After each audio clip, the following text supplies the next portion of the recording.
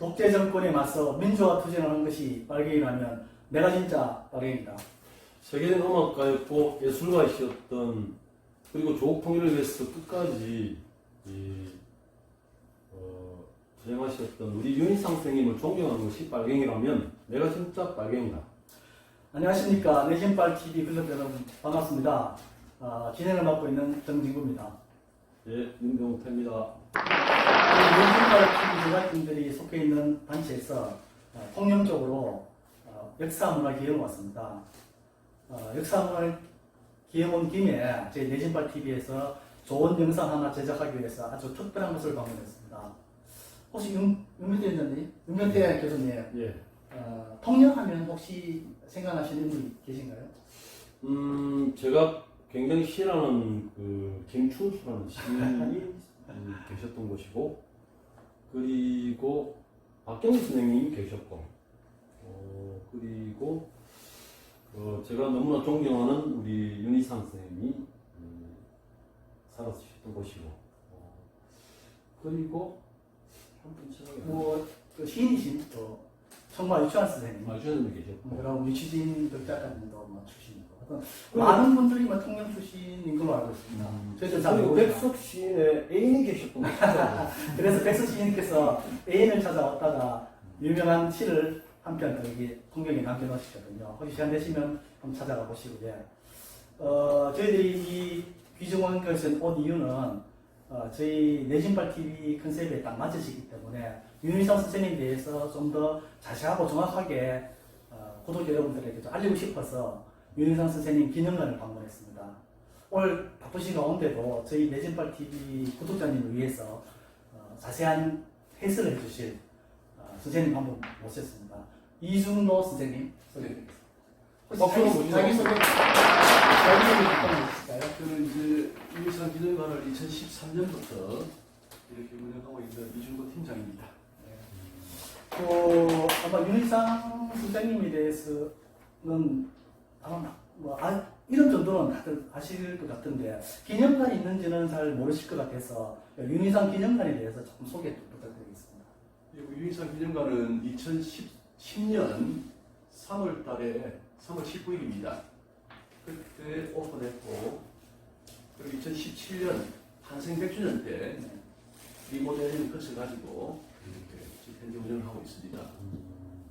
그 지점은 윤희상 선생님 말 그대로 아버님이 사신 곳이 바로 옆입니다. 생각터. 그렇죠. 생각터 옆에 많은 주택들이 있었는데 통영시에서 일일이 그 주택분들하고 계약을 체결해서 그 부지를 확보했고, 거기에 좀 수년이 거쳐서 진행이 되었습니다. 이 건축 설계는 민현식 선생님이라고 아주 그 거장이죠. 그 건축계에 그분이 직접 설계해 주셨습니다. 알겠습니다. 그러면 이 기념관이 국가적 차원에서 이렇게 주진이 된 겁니까? 아니면 통영에서 주진을 한 겁니까? 기념관은 통영시 소유입니다. 통영시가 너무 고맙네. 통영시에서 주진했고, 지금은 통영시가 통영국제음악재단에 위탁해서 운영을 하고 있습니다. 그래서 저는 이게 윤희상 선생님 기념관이 통영에 있다는 것은 통영 이 지역에 너무나 큰 자랑거리이기도 하지만, 저는 윤희상 선생님 기념관이 한국에 없었다면 정말 부끄러운 조국, 부족한 조국, 쪽팔리는 조국이 되었을 텐데 너무나 감사드립니다. 저도 사실 그 윤희상 선생님에 대해서 이렇게 영상을 만들기 위해서 공부를 좀 했기 때문에 윤희상 선생님에 대해서 조금 알고 있는데, 대부분의 사람들은 아마 윤희상 선생님 가면 그냥 세계적인 음악가 정도, 아니면은 감투 사건도 연루됐던 분이 아닌가, 이런 정도의 지식밖에 없지 싶은데, 그래서 그런 분들을 위해서 윤희상 선생님의 생애에 대해서 간략하게 좀 이렇게 정리를 좀 해주신다면 좋겠습니다. 그 선생님은 1917년 9월 17일생이시고 1995년 11월 3일 날 베를린에 돌아가셨습니다. 총 78년 생애를 이렇게 사셨는데, 그 78년 생애를 딱 절반으로 나눠가지고 39년은 대한민국에 생활하셨고 39년은 유럽에 생활하셨습니다. 집안도 보면 다들 많이 오해하시는 게 음악 하시고 하니까 집이 유복하지 않느냐 그걸 하시지만은 실제로 태어나실 때 집이 굉장히 어려웠습니다. 그리고 일제강점기 때 얻은 폐결핵 또 굉장히 그 질병이 있었고 그리고 늦은 나이인 만 39에 유럽으로 공부를 하러 가십니다.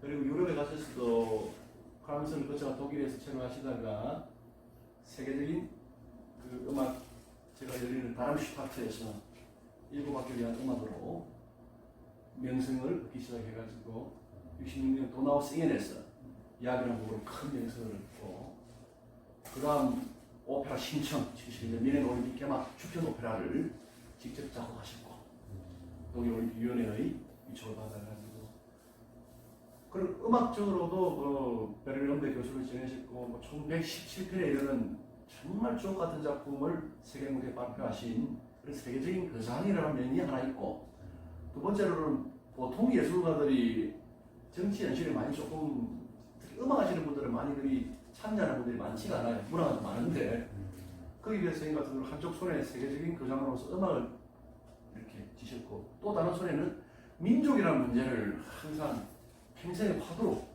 들고 다니신 분입니다. 그래서 말하는 선생님 같은 조국이 민주화되고 조국이 통일이 된다면 그게 더 큰 소망이었던 것 같아요. 음악보다 오히려. 그래서 생애를 좀 이렇게 요약하면 될 것 같아요. 한쪽 손에는 민족이라는 문제를 항상 들고 계시고 한쪽 손에는 음악이라는 문제를 들고 두 손으로 세상과 음악을 들고 평생을 사셨던 분이다. 그렇게 이야기하면 어떨까 싶습니다. 제가 이제 음악을 들으면서 이 구스타프 말러라는 사람 음악을 듣기 제가 지금 오디오 이제 구성을 해놨는데 구스타프 말러에 대해서는 우리나라 구스타프 말러가 이제 현대 음악에 들어가는 분이거든요. 되게 많이 알아요. 음악도 되게 좋아요. 르네상스에 대해서 뭐 몰라요. 이게 우리나라의 현실입니다. 실제로 저는 구스타프 말러보다 절대로 르네상스 선생님이 뒤진다고 생각하지 않거든요. 그냥 이런 현실들이 너무나 가슴 아픈데 하여튼 이 기념관이 생기고 선생님 같은 분들이 계셔서 너무나 감사하고 고맙게 생각합니다. 그래서 저희들은 이번에 인상 선생님에 대해서 한 3가지 정도로 이제 접근하고자 하거든요. 첫째는 이 세계적 예술가 인상 선생님을 우리 유튜브를 통해서 어쨌든 알려보겠다. 두 번째로 정말 평화주의자이셨고 선생님 말씀하셨듯이 한 손에는 민족, 우리 조국 통일 문제 끝까지 분단을 인정하지 않으셨고 그분을 그 독재 정권 입장에서 보면 그 이륙 편에 섰다고 하면 절대 그렇지 않거든요. 이남과 이륙을 평등하게 보셨고 단지 이남 사회의 국민들을 행복하게 못하는 독재자들을 미워했을 따름이지 이남 사회를 미워하시는 분이 아니거든요. 그래서 조국 통일 운동가로서의 윤상쌤 그리고 어떤 가장으로서 아버지로서 어떤 버스로서 친구로서 평등한 인간 이상 이 3가지 측면 정도를 이제 한번 이야기를 해보고자 하거든요. 그래서 실제로 뭐 음악에 대해서 조금 더 말씀해 주시면 윤상 선생님 음악에 대해서 너무 모르시고 소스도 별로 없어요.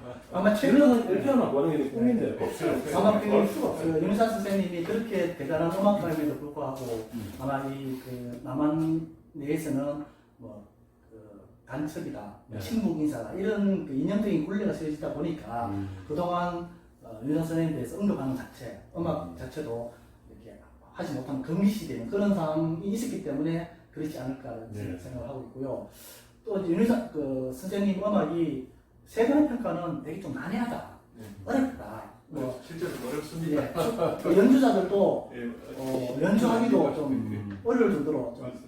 기술 테크니컬한 부분도 되게 어렵다 이런 평가들이 좀 예. 지배적이더라고요. 그래서 예, 제가 그런 경험이 있어요.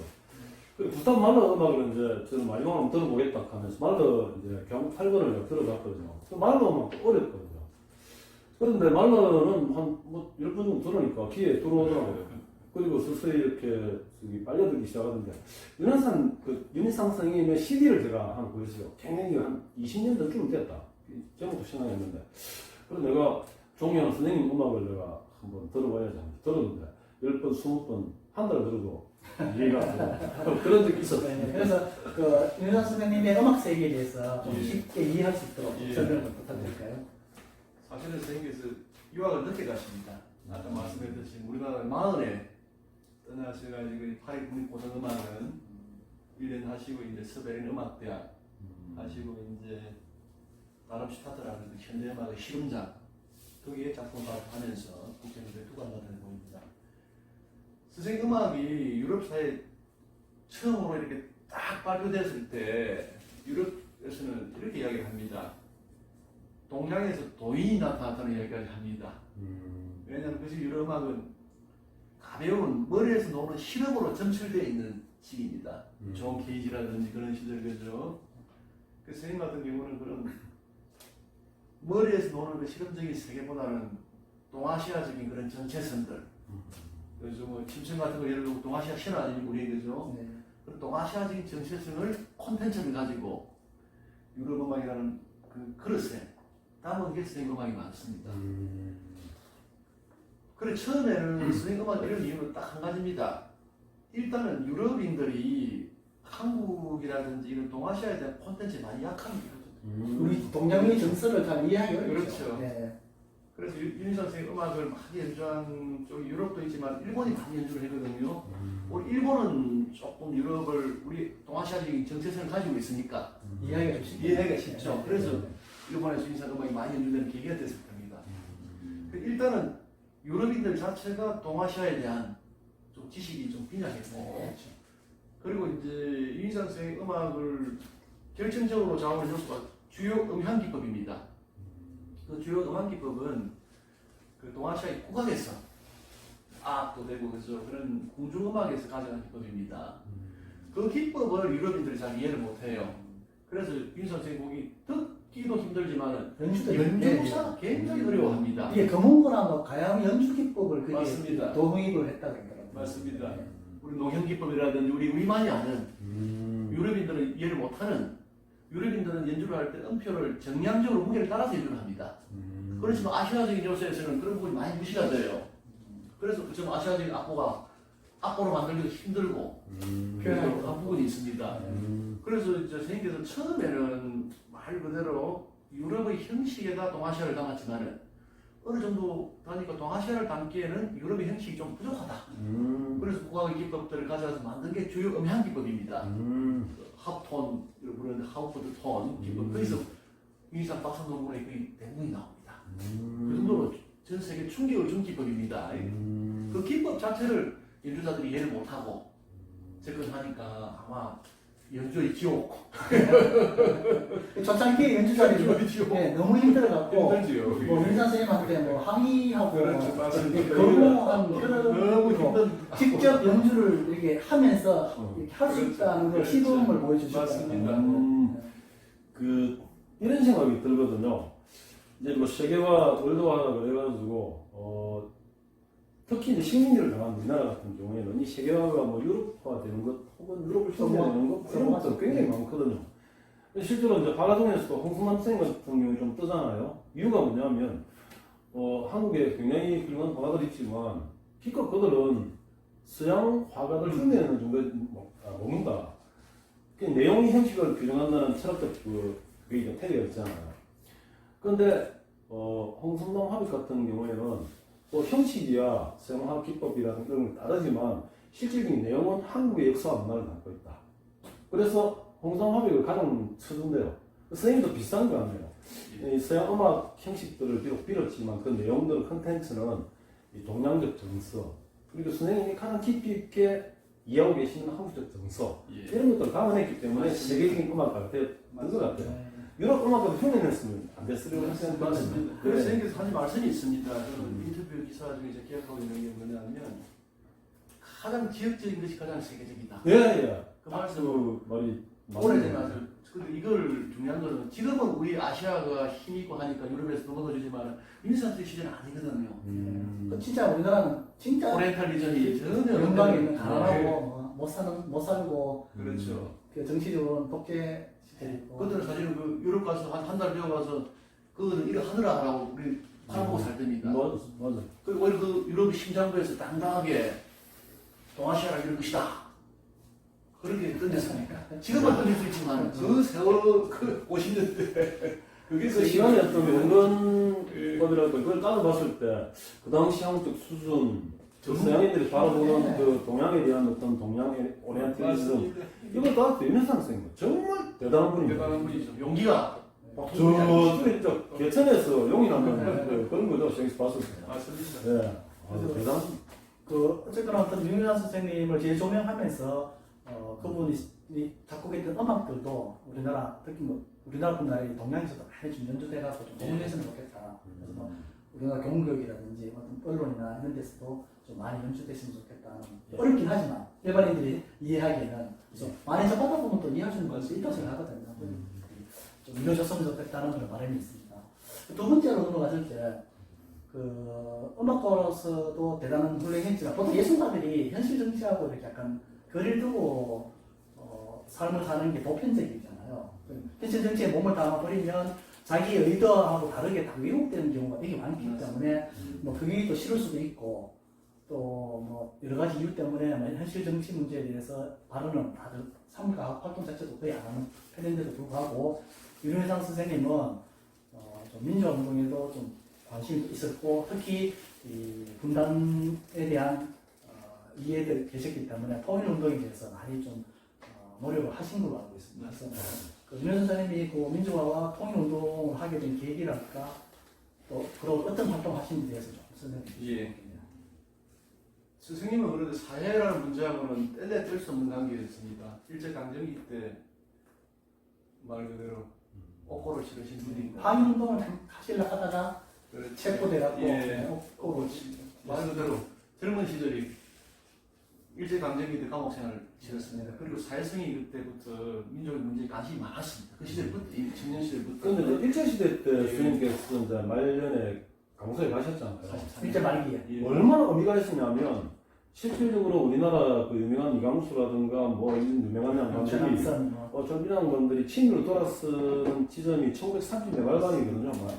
31년 만주 사변했으면 일본 이기고 이러면서 37년 중미전쟁 끝나고 중미전쟁 끝나고 완전 친일을 다 돌았어요. 네. 문인들이 네. 중미전 이후부터는 일본한테 도저히 못 견디겠다. 37년 이후. 네, 일본들은 못 견디. 돌아서게 되는데 그 선생님께서 옥고를 치르신 그때가 44년인가 그랬거든요. 맞습니다. 근데 그때는 뭐냐면 일본 모든 언론이라든가 이런 쪽들이 우리 일본에 뭐 일본이 패망해 가고 있는 과정이었지만 일본은 도저히 패망할 수 없다는 이데올로기로 가득 차 있었던 그런 세월이었단 말입니다. 그 당시에 항일 그 운동을 하시고 깜빡이 하시던 대단한 겁니다. 선생님 말씀 들어주세요. 그래서 이제 선생님 고향이 이제 생물학적인 고향은 산청입니다. 산청에서 태어나셔가지고 아버지는 통영으로 3살 때 오시거든요. 고향이 어디냐면 남명조식 선생 고향입니다. 시천면이죠. 남명 특산군 시천. 내가 너무나 좋아하는 조식 선생. 조식 선생입니다. 그래서 이런 이야기 하셨대요. 영민아. 그 선생님께서 이런 이야기 하셨다고요. 선비 기질은 산청에서 물려받았고 예술가 기질은 통영에서 물려받았다. 실천공행. 그렇죠. 그래서 보니까 남현조실의 그 정신이 흐르는 곳에서 태어나신 분이야. 그 두 가지 가지고 계신 거예요. 송년의 예술, 산청의 선비. 그 두 가지를 가지고 계신 분이고, 그리고 젊은 시절부터 불의를 보면 못 참습니다. 그 때문에 선생님 피해를 많이 보셨어요. 어떤 면에서는. 실질적으로 안 하면 안 되는 그런 성격이십니다. 예, 그것들이 인생에서 많은 걸 결정합니다. 실제로 그런 이야기 너무 많고 67년에 동백역 사건으로 잡혀오셔가지고 2년간 감옥 생활을 하셨죠.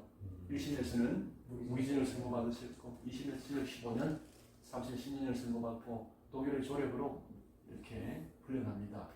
풀려날 때 이제 그 선생님 상처 입은 의제림조에 대해 보면 김영국 대학 중앙정보부장 그 사람이 이인상 선생에게 밖에 나가서 한국의 문제에 대해서 입도 뻗어하지 말아라 이렇게 아주 협박을 할 정도로 그래서 선생님께서는 굉장히 두려워하셨어요. 큰 고문을 받으셨고 그러다가 이제 민주화운동에 세계 이래서는 안 되겠다 싶었던 게 73년입니다. 73년에 김대중 그때 야당 지도자가 납치당고 일본서 중앙정부부 건설하게 납치되죠. 홍해상에서 말 그대로 수상을 하고 그렇죠. 수사장인 하다가 겨우 조사일생으로 맞습니다. 그리고 김지아 시인이 그때 장의 아이콘이었죠. 어떤 면에서는 네, 지금 많이 틀렸죠. 지금하고 진절자 됐죠. 맛이 갔다 버리 정확히 표현을 맞죠. 김지아 시인이 톡됩니다. 그때 오적 이런 시대죠.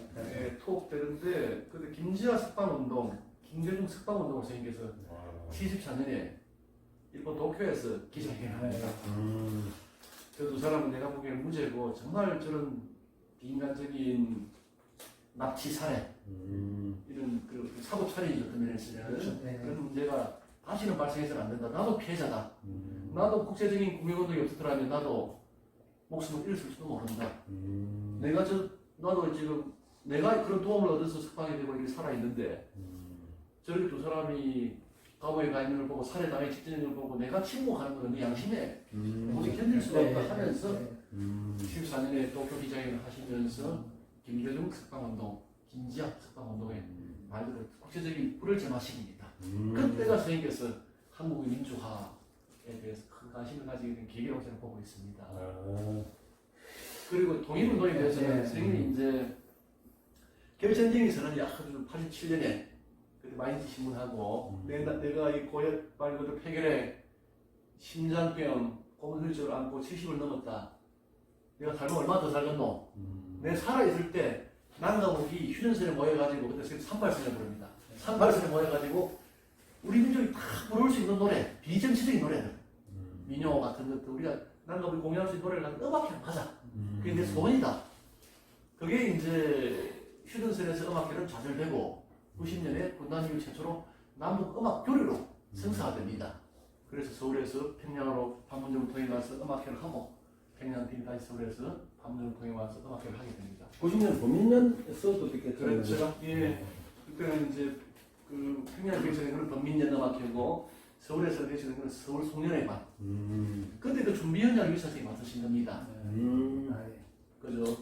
그런 것들 보면 유 선생님 가지고 있는 상징적인 아마 마음일 겁니다. 그죠? 그래서 이런 말을 많이 하셨어요.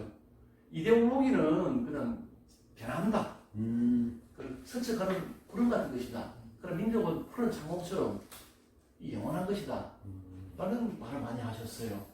게다가 그런 말 했잖아요. 모든 이론은 회식이요. 그렇죠. 영원히 따르고 있는 저 생명이란 말. 그거는 그 구절. 그 윤여사 선생님이 그런 뭐 70년대 이후에 민주운동도 펼쳐지고 또 통일운동 많이 하시는데 평생이 대한민국 땅에서 이제 굴레가 되는 게 이제 동빈 사건이 예. 되면서 뭐 간첩이다, 뭐 발행이다 이렇게 이제 뭐 이렇게 왜곡 조작되면서 이미지가 더 씌워져 갖고 대한민국 땅에서 이렇게 매장되면서 했는데 그 동백림 사건에 대해서 좀 설명을 좀 예. 1963년에 북한을 방문하십니다. 1963년 방문한 목적은 상당히 낭만적입니다. 그 최상한이라는 맑은 중마고 작곡가가 6.25 때 납북된 걸로 월북설도 있고 납북설이 있습니다. 둘 다가 있습니다. 월북에 떠가요. 예, 월북설이 있는데 여하튼 그거는 단정은 낙곡이라고 부담하지 마. 예, 여하튼 둘 중에 하나입니다. 네. 예, 월북설도 납북설인데 여하튼 사리원에서 극장장을 했던 모양입니다. 그래서 그 서베르린에 유학하실 때 선생님께서 이리저리 알아보니까 살아있다는 겁니다. 그 친구가. 살아있다면 한 만나고 싶다.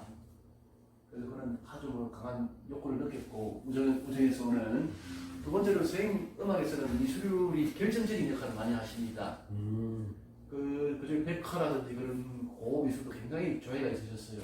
그 강수 고문에 있는 그 유명한 사신도 그걸 갖다 책상에 몇 년간 붙여놓고 보다가 이거 하나 보면 큰 거나 쓸 수 있겠는데 우리 민족 백화의 하나의 정수인데 그거 꼭 보고 싶었고 그 두 가지 목적입니다.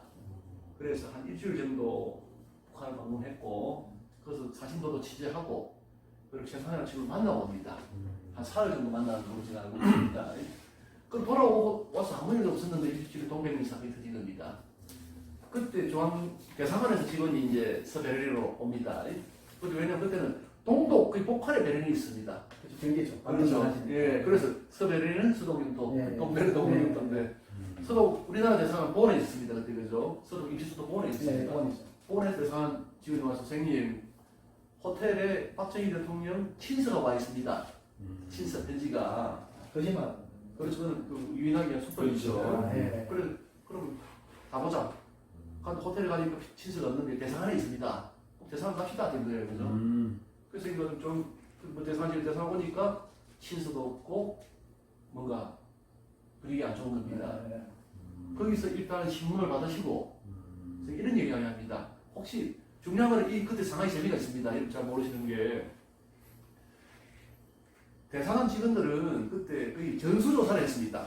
유학생이 얼마 안 됐으니까 네. 이 시절에 예. 거의 모든 유학생을 조사를 했는데 유기사 선생님이 63년에 북한 갔다 온 걸 그들도 모르고 그냥 유학생이니까 조사를 온 겁니다. 이렇게 시작합니다. 조사 신문이 선생님 그만 간단히 좀 조사하고 돌려보내드릴게요. 모르고 근데 중장은 처음부터 유진상 선생님이 팔겠으면 아니었다. 아니었죠. 예. 전체 전체를 다 다 조사하고 조사. 전수조사 유학생들. 예. 또 유기사 선생 같은 경우는 뭐 그때 이미 이름이 나 있었고 하니까 뭐 설마 이런 분이 그래 했겠나 싶어가지고 그냥 형식적으로 잡아 오신 겁니다. 그냥 조사 보내드리려고. 그때 이렇게 묻습니다. 선생님 혹시 북한하고 접촉하신 적 있습니까? 당연히 X가 돌 줄 알고 했는데 예 이렇게 얘기합니다. 깜짝 놀래. 조사자분이 깜짝 놀래. 조사하기 놀랐습니다. 어. 일단 당한 유기사 선생님 그 책에 보면 좀 조사하기 놀래더라. 예. 그 선생님은 거짓말 못합니다. 평생 그는 타고난 습관입니다. 예, 이 순간 아니 언제요? 63년에 제가 친구도 만나고 그 사진도 찍을 겸 부인하고 같이 일주일 갔다 왔으면 이거 그대로 진짜죠? 팩트지요? 확인하고 자수 써라가지고 그대로 씁니다 그냥. 쓰고 나한테 본부에 있던 학생들한테 대의가 걸린다. 대의가 큰 놈이 안 걸린다. 지금 장치들만 지금 조사를 하고 있는데 이미 유명해진 사람을 최신 음악가니까. 예, 유명해진 사람이 스스로 이야기하니까 그 말을 먼저 뽑고 와서 정치활동부터 안 하고 낭만적으로 친구 만나고 돌아왔다는 그 선생님 자신이 있기 때문에 그냥 있는 그대로 다 썼습니다. 설마 그래 될 줄 몰랐죠. 그런데 저는 또 이렇게 또 생각을 해요. 그 윤희상 선생님은 그게 문제가 된다는 걸 알고 계셨거든요. 계셨는데 평생 이제 윤희상 선생님께서는 외시에 의해서 분단된 그 분단 사실을 인정할 수 없다. 그런 거 있을 수 그런 있습니다. 것들이 기본 내재해 계셨다고 생각해요. 그래서 그때 자신은 알아요. 서울로 말 그대로 함부르크를 거쳐가지고 동경을 거쳐가지고 서울로 납치됩니다. 이게 근데 독일이 나중에 그걸 알고 이제 난리 나거든요. 그렇죠. 그 주권 시비잖아요. 네. 그렇죠. 그 여건도 없이 누군가 출국한다 하는 거는 있을 수가 없는 거거든요. 출국하고 싶으면 당장에 여권을 발급받아가 허락받고 출국해야 되는데 네. 윤회산 선생님이 아무런 그런 절차도 없이 맞습니다. 그냥 납치된 거죠. 근데 만개 납치된 거죠. 그게 주권침해지. 공항을 통과하고 이게 가능한가요? 독일 공항에는 주권 침해예요. 거기에 대해서는 그때 당시에도 공방이 치열합니다. 언론을 보면 독일 정부에서 무기한 거 아니냐 까지 이야기가 나옵니다. 그럴 수도 있어요. 그런 이야기가 많이 있습니다. 이번에 독일도 분단국가 예, 있으니까. 루이제 린저와 대화 그쪽 보면 조금 뉘앙스가 초창기에 독일 정부에서 그걸 갖다가 허용하지 않았으면 어떻게 이게 가능하냐 맞네요.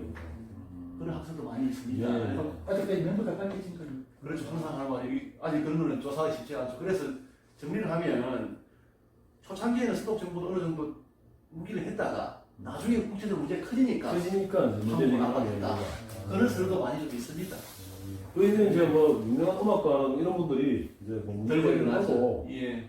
뭐 스트라빈스키라든가 이런 것들 들고 일어나니까 독일 정부에서 이제 그렇죠. 할 수 없이 자기들 저도 그게 좀 이상한 게 네. 나도 그런 거 있었어요. 인터뷰 그 영상을 제가 윤 선생 관련해서 보다 보니까 그 변호사 인터뷰했더라고요. 그 재판 받을 때윤 선생을 변호했던 독일인 변호사 예. 하고 인터뷰했던 영상을 보니까 그건 있을 수 없는 거다. 독일 맞습니다. 정부가 그 여건도 없이 출국한다 하는 거는 공항은 그것도 어쩔 수 그것도 없는 불가능합니다. 예. 그래서 납치했는데 납치가 또 가능한지도 저 약간 그래서 지금 제가 볼 통설은 좀 다수설은 독일 정부 초창기 때는 조금 허락해준다. 묵인하다가 암묵적으로 네. 나중에 국제적으로 문제가 커지니까 다시 생각을 바꿔서 위사 특강 운동에 강하게 나선 거 아니냐 그런 설이 좀 다수설 같습니다. 쓰리이 맞는 거죠. 예. 그러면 이제 그 박정희 정권이 그렇게 이제 간첩단을 의지를 이렇게 막 엮으면서 조작하는 배경이 뭐죠? 그 60층에 선거가 있습니다. 그때 5.3 선거하고 6.8 선거입니다. 국회의원 선거, 5.3 선거가 대통령 선거. 그 대통령 선거. 그때 박정희 이선만 하고 되죠. 윤보선 하고 아마 대결. 박정희가 두 번째 당선돼요. 그렇죠. 그렇죠. 두 번째죠. 네, 두 번째 당선된 게. 그랬을 때고 그 다음에 이제 6.8 선거가 아마 국회의원 선거일 겁니다. 6.8 선거가 그때 헌법 개정을 하려면 그 개헌선을 확보해야 되기 때문에. 거기 삼선 개헌을 위한 사전 예. 포석이죠. 예, 그 6.8 선거가 그래서 부정선거 종합선물센터로 많이 그게 거론이 됩니다. 우리 선거법 역사에서.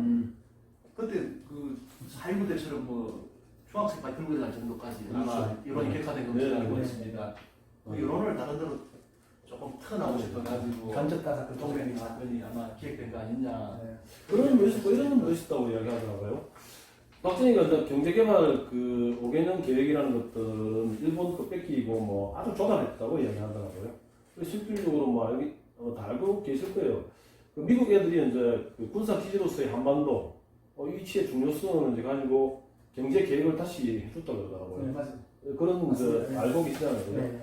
그런데도 불구하고 70년대까지는 이북 경제가 나왔어요. 그래서 이북에 대한 어떤 열등의식 뭐 이런 것들을 어떤 식으로든 많이 해야 되기 때문에 이북 관계자들에 대한 뭐랄까 뭐 징계, 이북에 대한 경계령 이런 걸로도 이제 그 동맹 사건을 조작해냈다는 유도 들고 있더라고요.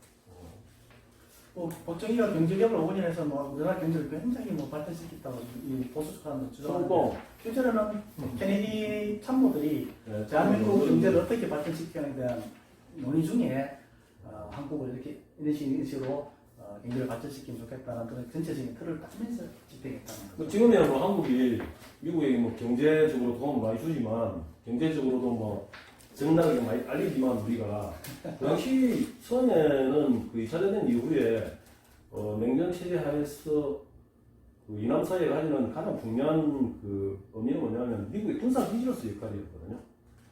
이제 그런 이유 때문에 이제 케네디가 불안하니까 박정희 워낙 못하니까 박정희 애들이 뭘 알겠어요. 이거 뭐 깡패 애들인데 뭘 알겠어요. 워낙 못하니까 얘들에게 뭐 도움을 줘가지고 네, 네. 경제개발을 시켜주고 그건 뭐 2차 대전 이후에 뭐 아시아 플랜이라고 다 나오죠. 이 2차 대전으로 이렇게 경제가 내려앉은 뭐 독일, 뭐 프랑스 등등을 미국이 뭐 전성국가로서 전혀 전쟁에 피해를 입지 않다 보니까 가지고 있는 그 경제적인 여력으로 그 나라 그 동구권 러시아 중심의 그 공산화된 동구권에 맞서서 경제를 이렇게 살려주겠다는 의미로서 마샬 플랜에서 경제 지원을 했고 마찬가지로 이 북, 중국, 뭐 러시아 쪽에 인접해 있는 각 최전선인 대한민국 땅을 원조 지원하면서 경제를 좀 살려주겠다 이런 미국의 세계 전략이 한 일환이에요. 그 저는 이제 뭐 이야기도 이제 많이 진전이 되었는데 이 문제를 한번 저는 좀 말씀을 나눴으면 해요. 뭐냐면 요새 한국 사회에서 굉장히 중요한 그 과제는 그 반복 컴플렉스 극복이거든요. 우리는 조국 통일을 해야 되는 것이고 이북의 엄청난 그 과학적, 경제적 잠재력을 그 이남 사회에서는 흡수해야 되는 것이고 교육을 해야 되는 것이고 또 이남이 가지고 있는 자본주의적 장점도 뭐 없다고는 볼 수 없잖아요. 이것도 미국에 어쨌든 해서 이남 이북이 이제 컨비네이션, 통일되는 컨비네이션이라고 생각하거든요. 유니피케이션 말이라고 생각하거든요. 똑같이 있는 것이 아니라 서로의 장점들을 살려가지고 세계적인 어떤 강대국으로 또 자주국으로 이렇게 뻗어나가고 싶은 과제인데 그게 가장 큰 그림돌이 그 반복 컴플렉스잖아요. 특히 이제 김일성 주석이 가지고 있는 엄청난 혁명적 역량과 민족적 지도력에 대해서 계속 이데올로기적으로 까고 있잖아요. 이것들을 극복하기 위해서 나는 윤석열 선생님에 대해서 공부를 뭐 했다 할까요? 조금 보면서 그 김일성 주석 그리고 김정일 국방위원장과 굉장히 도톤 친분을 가지고 계시더라고요. 거기에 대해서 한번 조금 뭐 한번 말씀 듣고 싶습니다. 그 우리가 사실 일선 음악에 대해서 조금 상당히 좀 동맹 사건 이후로 네. 거부감을 가지고 남한 사람은 경기죠. 그래서 경기 시대에 연주도 안 되고 네. 경기 시대에 있었죠. 네. 유학생들 잘 알았지만은 네. 안에서는 연주가 잘 안 됐습니다. 90년대 초반까지. 그리고 북한에서는 그때 이제 83년에 아마 유이사 음악연구소가 네. 만들어지게 됩니다. 그 굉장히 만들어진 굉장히 좀 관람석도 있고 그리고 스승이 그러니까 1년에 한두 번 와서 제자를 양성할 수 있도록 그 배려를 해줬습니다. 그 지금도 지금 그대로 있습니다. 네, 관양도 예. 그 이후에는 윤 선생님이 가끔 그걸 그렇죠. 방문하신 건가요? 그렇죠. 그때 아마 음악 연구소가 만들어지면서 네. 이렇게 방문을 많이 하셨습니다. 방문을 하셨고 그 재미가 있는 거는 이런 이야기입니다. 선생님 같은 경우는 남과 북 어느 쪽보다 가운데 서기를 원하셨던 다리가 되기를 그래가지고 재미가 있는 건데 북한에서 그게 허용된다는 게 좀 저도 좀 재미가 있는 그 사실인데. 이북이 좀 변형이 있었던 거죠. 그래서 그때 왜냐면 저기에서 첫 번째 뭐냐면 정치 활동 안 한다. 나는 남과 북 사이에 다리가 되고 싶은 사람이지. 왜냐면 내가 정치 활동 해버리면 그 다리 역할 못 한다. 그래서 정치 활동 안 한다는 게 첫 번째 조건이었습니다. 두 번째는 뭐냐 하면 아방가르드 음악을 가르친다는 겁니다. 내가 배운 거는 유럽 사이에 있는 아방가르드 음악이다. 그걸 가르치는 허용될 수 있겠냐? 그것도 가능하다. 거기서 받았대. 예. 윤 선생님 그 조건. 첫 번째 조건이 정치 활동 시키지 마라. 정당 가입 같은 건 안 했습니다. 그건 하지도 말랬고. 끝까지 하기로 자료도 알면 머무르는 별장에는 북한 정치인들 초상화도 붙이지 말라고 했습니다. 그게 선생님께서 이분들하고 교류를 하는 하나의 조건이었습니다. 다리가 되고 싶은 겁니다. 조건 두 번째는 뭐냐면 아방가르드 막 유럽 음악 가르친다. 조건 세 번째는 언론에 보는 앞에서 당당하게 공개적으로 방문한답니다. 그걸 보시면 그 그릇을 알 수가 있을 겁니다. 북한에서 무슨 영화를 누리기 위해서 그런 게 아니라 그래서 말 그대로 남과 북사의 다리에 대해서는 정치 활동 안 한다. 아방가르드 음악 가르친다. 그리고 공개적으로 당당하게 방문한다. 그게 이제 뭐냐면 윤희상 쌤도 대단하셨지만은 이북도 대단했던 것 같아요. 그리고 또 윤희상 쌤께서 뭐 이북에 자주 가시긴 하셨고 그 이유는 이북에서는 윤희상 선생님을 세계적인 음악도 만들고 제자들였어요. 대접을 해준 거죠. 네, 굉장히 대접도 해줬고 그 아까 전에 83년에 이북에서 지었다는 그 이제 음악관이 보니까 베를린 필하모니 음악홀 그걸 이제 기본 그 설계도로 해가지고 이거는 직접 그 설계도 받아왔다고 도면을 받아왔다고 말씀하시더라고요. 그래서 이북에 이제 지원을 했는데 지금 그 수준이 뭐냐면 베를린 필하모니 음악홀보다도 더 낫대요. 세계적인 음악가들이 한번 연주하고 싶은 홀. 그 정도로 예술가로서 세계적인 예술가로서 인정을 이북에서는 해주었던 거죠. 그런데 또 더 중요한 거는 이북에서 윤희상 선생님 결코 이북의 편에만 서 있었던 거 절대 아니거든요. 가운데 있을 아닌데도 이북 폰이 다 해주니 당신 하고 싶은 예술책이 해라. 그리고 이북에 오고 이남 가면 이남 가라. 다 해주신 거죠.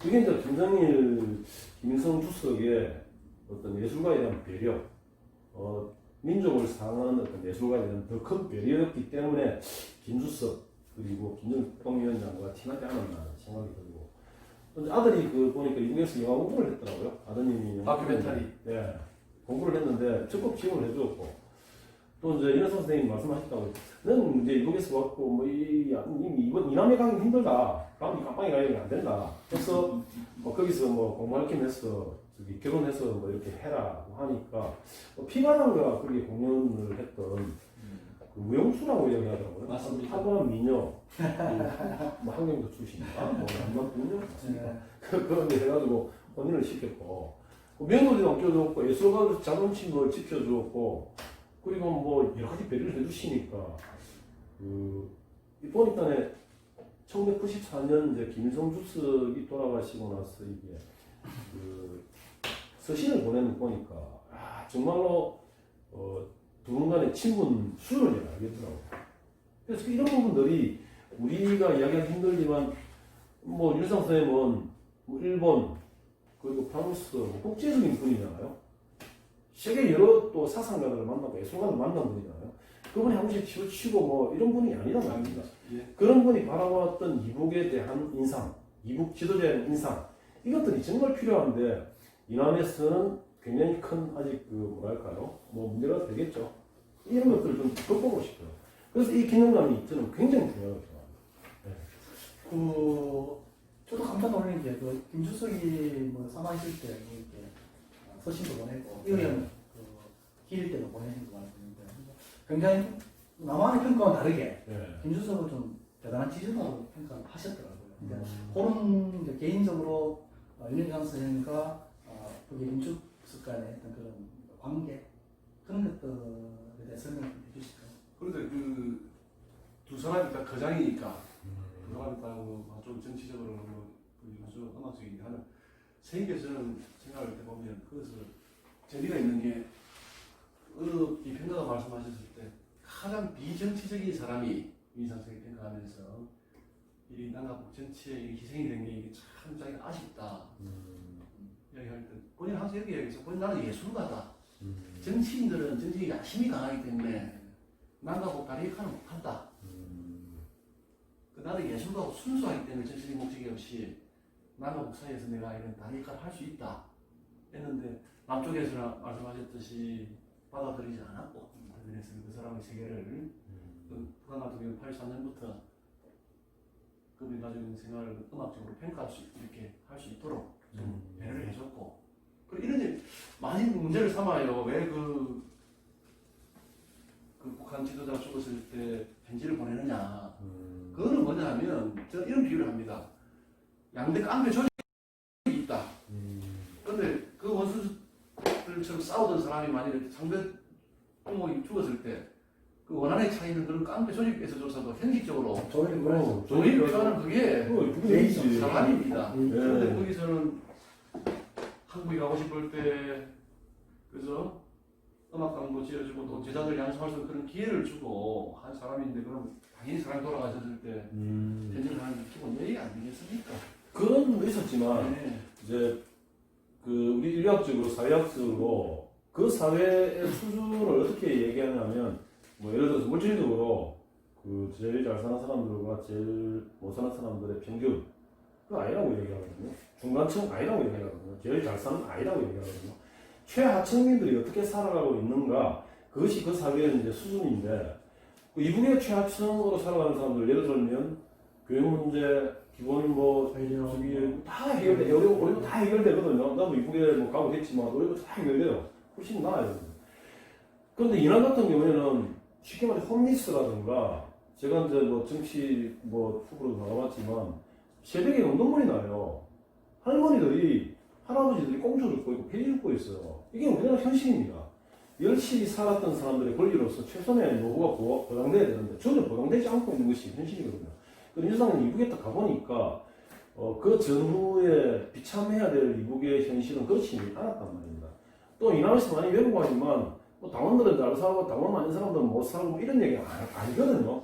고난 행군 시절 미국이 그 22년 이상 미국의 그 경제 동시 정책에서 힘들잖아요. 힘든 가운데서도 그 고난 행군을 이겨내면서 자주적으로 이겨내면서 가장 많이 희생하고 가장 많이 죽었던 게 당원들이잖아요. 맞잖아요. 근데 이러면서 계속 외국 가잖아요. 이런 현실을 윤여상이 보시고 이제 평가를 내렸던 것 같아요. 미국의 박정희는 이 정말 음흉한 범죄자고 아까부터 민노루 일제시대 때 독립군 사냥꾼이었고 아주 나쁜 놈이고 반성도 안 하고 근데 이북에서는 온 힘을 다 기울여가지고 지도자를 중심으로 정말로 국민들을 위해서 백성을 위해서 인민들을 위해서 사는 모습을 보았기 때문에 저는 뭐 조금 더 크게 변조되지 않았나 저는 그렇게 생각합니다. 마지막으로 뭐 시간이 많이 됐는데 그 윤여 선생님의 그 가정사 예. 친구 관계 인간으로서의 네, 인간적인 면모에 대해서 좀 이야기가 어떠신데요?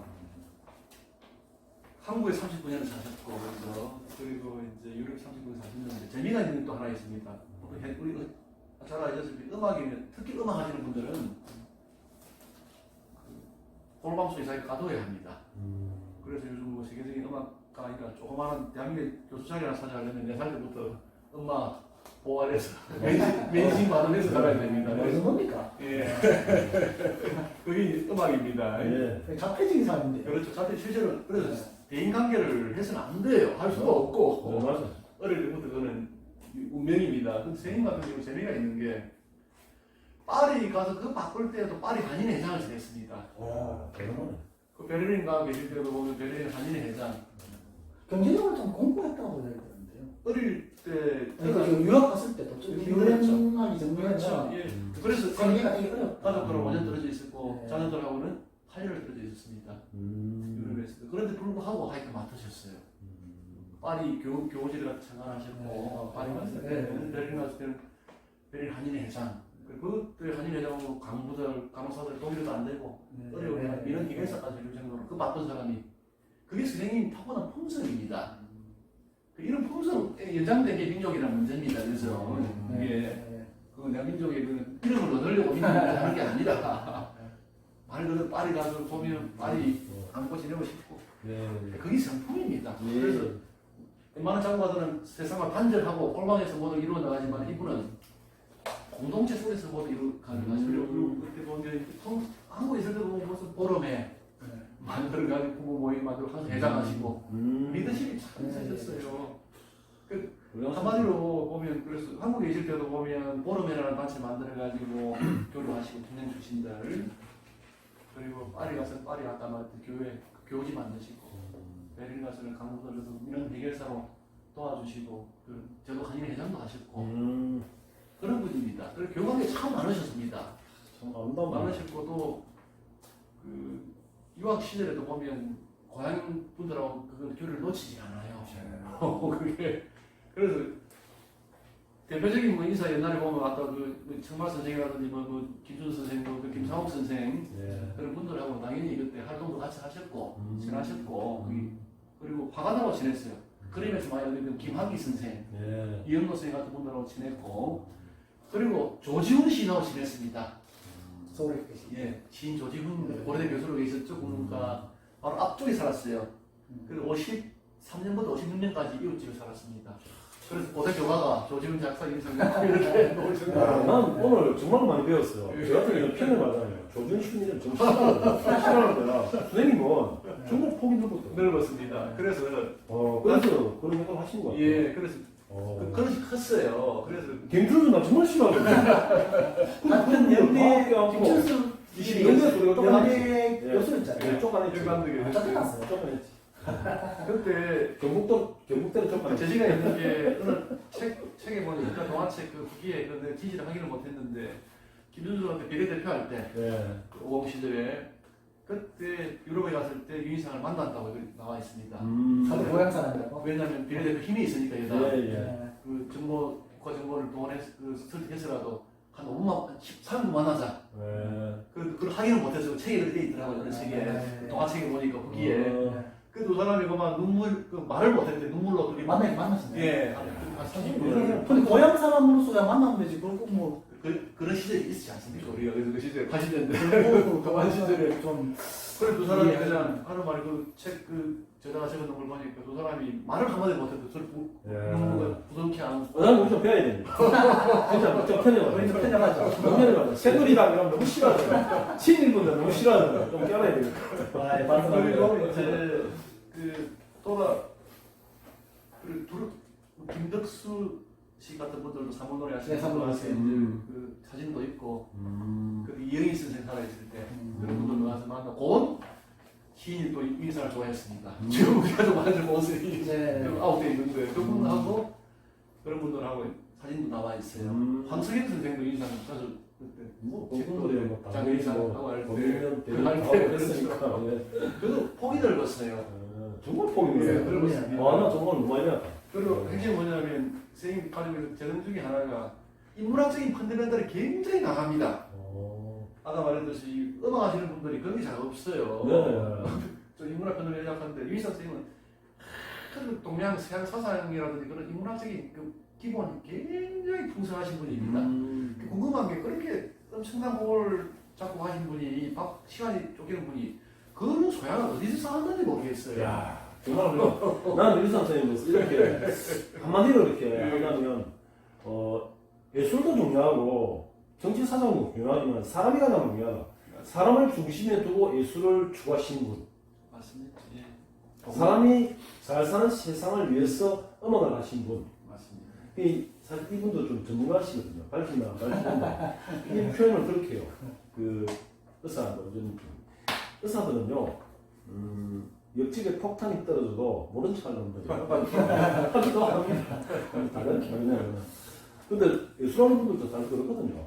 폭탄이 떨어져도 자기 예술만 중요하지 사람들의 생각이 않는 경우가 많은데 와 선생님은 정말로 그렇게 대가이신데 자기 어떤 예술 세계만 갇혀있지 않고 늘 사람을 중심에 두고 조국을 중심에 두고 너무 훌륭하신 분이에요. 단적으로 보자면 이렇게 말씀하셨다 할때 어느 책에 보니까 그 조국이 민주화되고 나라가 통일이 된다면 뭐 음악 이거 안 하고 된다. 이야 진짜 훌륭하신 그 분이에요. 정도 그릇을 가지고 계신 분이 있습니다. 첼리스트 그 파블로 카잘스 첼로에 두 대장이 있는데 이제 유선 선생 뺏어 좀 죄송합니다. 유선 선생님 카잘스하고 그다음에 첼로를 독주곡으로 처음 만든 사람이 바하거든요. 바하의 무건 첼로로 했는데 카잘스도 좀 그렇게 살았어요. 카잘스도 그렇게 대간데도 불구하고 자기 고향에서 소박하게 살더라고요. 소박하게 살더라고요. 윤희선 비슷한 분이에요. 메시안도 현대가 메시안도 마찬가지고. 네. 예. 훌륭한 분들이 있어. 깔끔하게 거시기 사죠. 가끔씩 띄엄띄엄. 많지는 않지만. 네. 띄엄띄엄.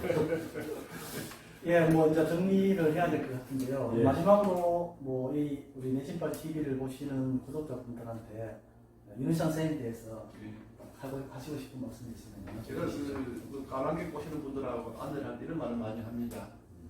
우리가 어떤 사람을 평가한다든지 어떤 걸 평가할 때 객관적인 팩트를 좀 충분히 확보하고 난 뒤에 굉장히 중요하지. 평가를 하고 그러다 보면 뭐 사실은 논쟁이 많이 사라지게 되어 있습니다. 윤희상 선생 같은 경우 대표적으로 보면 그 극단적으로 싫어하시는 분들 보면 팩트를 한 5%밖에 몰라요. 그래서 자기들 가지고 있는 구미에 맞는 팩트를 좀 발치한 팩트를 그냥 보기 좋다. 맞습니다. 근데 왜 갔는지, 가서 뭐 했는지 여기 관심이 없어요. 그래서 내가 하는 말씀이 윤희상 선생님께서 이렇게 차곡차곡 음악적인 그리고 그 삶에 대한 팩트를 차곡차곡 확보해 가다 보면 한 50만 확보해도 선생님에 대한 오해들도 많이 사라지고 기분이 큰 그릇을 가지고 남과 뭘 안 하려고 했던 정말 깨끗한 사람이구나 하는 걸 알 수가 있습니다. 그래서 좀 생각하기에 책도 많이, 정말 많이 나와 있어요. 책들도 동화책부터 시작해서 성인용 이론서까지 그 교본 클릭하시면 절판 내로도 많이 있지만 엄청나게 많은 책들이 있습니다. 그리고 음반도 교본 클릭하면 대부분 품절이 빨리 돼요. 품절이 빨리 되지만 아니 그 남아있는 음반들이 있습니다. 좀 많이 좀 그 읽어주시고 많이 들어주시고 그것도 제가 하고 싶은 말씀입니다. 뭐 마지막으로 정규태 교수님 정리 좀 해주시죠. 그 사연을 창시했던 옥시스 꽁트라는 사람이 이런 얘기를 했어요. 눈은 눈을 보지 못한다. 사실은 우리가 우리 자신을 보지 못하는 경우가 굉장히 많은 것 같습니다. 우리는 윤희상 선생님을 통해서 윤희상 선생님이 보았던 예술 세계 그리고 민족의 현실 이런 것들에 대해서 좀 더 관심을 가지고 우리가 살아갔으면 좋겠다는 말씀을 드립니다. 아마도 윤희상 선생님은 우리 민족이란 최고의 예술가이면서 모범적인 인간이었다는 생각이 듭니다. 조국 통일에서 끝까지 살아주셨고 끝까지 염원하셨고 이북에서 그렇게 많은 그 혜택을 주었지만 이북에 묻히는 것이 아니라 자기 고향에 묻히고 싶어 하셨고 그런 인간적인 분이 인간을 중심에 둔 분이 그리고 세계적인 예술가가 여전히 우리 한국 사회에 묻혀 있다는 것이 안타까울 따름입니다. 우리는 끝까지 노력할 것입니다. 윤희상 선생 같은 분이 빨갱이라면 내가 진짜 빨갱이다. 그래서 여러모로 선생님께 감사드리고요. 예. 아니 제가 오늘 정해왔습니다. 예.